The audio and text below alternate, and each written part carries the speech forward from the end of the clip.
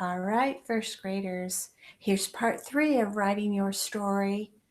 Now that we have all of the elements taken care of, we've got our characters in the setting that go in the introduction at the beginning. We have the events that happen in the middle of the story, all figured out how they come, with the finally one at the end. And then our very end, where our conclusion is, where we decided that after she'd made the cookies and they went on a walk and saw the deer and the birds, they heard some noise, they thought a monster was chasing them, they ran home, but when they turned around and looked to see the monster, it was just Grandpapa Bear coming to get some cookies because he smelled them. They were so great. So the conclusion was this scary noise was nothing to be afraid of, and they enjoyed their cookies together. Now that I have the whole story, I can go back up and put my title in. I think I may call it Cookie Monster might be good, but that makes you think of something else. So let's call it She Bears Cookies. We'll call it that. She Bears Cookies. And I might think of a better name for her than She Bear. She Bears Cookies. All right, once I've got that done, it's time to change these notes into a real story. So we're going to take our eraser, and we know what let's review our characters. The bear is brown, it's gruff, it's fuzzy, has a purple sweater. And the second bear is a she bear, and she has a pink sweater. She's sweet and loves to cook and loves to make cookies. So I'm going to erase that part, and we're going to start with our story, an introduction. How about once there were two bears that lived in the woods. Once. And I write it down just as I say it.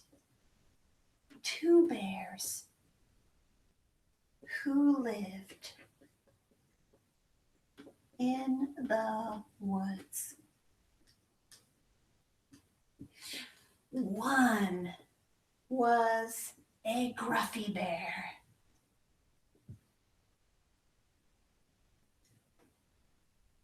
And what was his sweater color? I think it was purple. Who was, who wore a purple sweater? Who wore a purple sweater?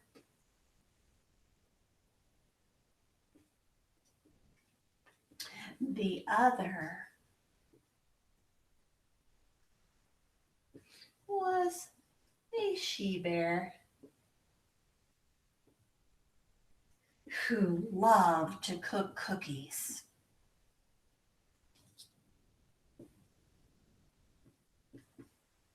And do you see how I transformed my notes into the first part of the story?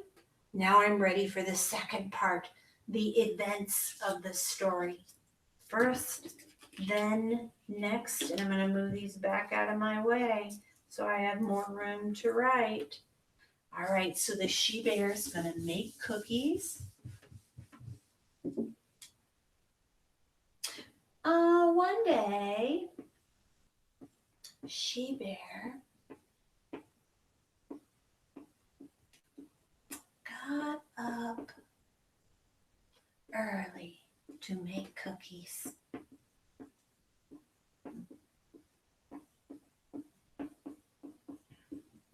Gruffy Bear decided to go on a walk. Gruffy Bear decided to go. Remember to stretch out those words as you write and get as many letters as possible. On a walk. And he asked She Bear to go with him. And asked She Bear. S turned into something funny. She Bear to go too.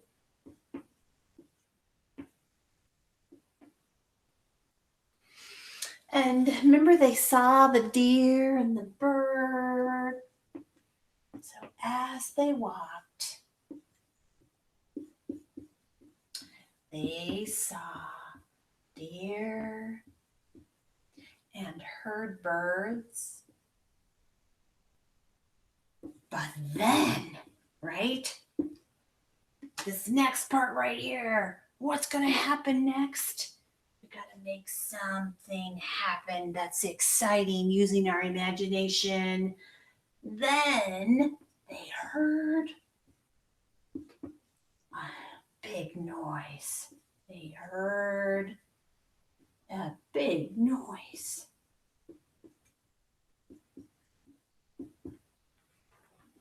It scared them.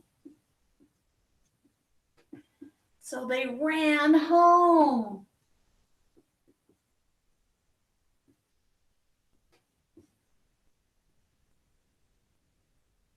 And it was Grandpa Bear, right? Grandpapa Bear who wanted the cookies. So safe at home. They turned around. Safe at home. They turned to see only Grandpapa Bear who wanted cookies.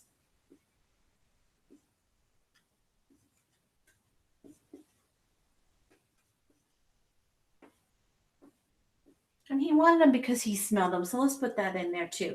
Safe at home, they turned to see only Grandpapa Bear who had smelled the cookies. And then here's our conclusion. The scary noise was nothing to be afraid of. They enjoyed cookies.